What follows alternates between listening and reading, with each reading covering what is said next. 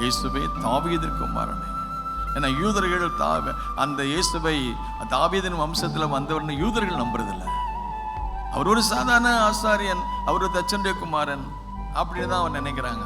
ஆனா அப்படி அன்றைக்கு இருந்த உலகம் இயேசுவை தெய்வமாக தெய்வகுமாரனாக மதிக்காத அந்த சூழ்நிலையில இவனுக்கு பார்வைதான் இல்லையே தவிர, கண்ணுதான் இல்லையே தவிர, ஆனா அவனுடைய உள்ளத்தினுடைய கண்களை கர்த்தர் திறந்திருந்தார்.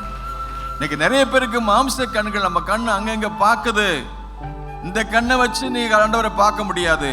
ஆனா அவனுக்குள்ள ஒரு விசுவாச கண்ணை கர்த்தர் திறந்தார். இந்த காலை வேளையினுடைய ஜெபம் என்னவென்றால், ஆண்டவரே open my eyes to see you Lord. உங்களை பார்க்கிற கண்ணை தாங்க ஆண்டவரே. அன்றைக்கு இந்த உலகத்துல கண்ணு இருந்துச்சு, ஆனா அவரை பார்க்க முடியல.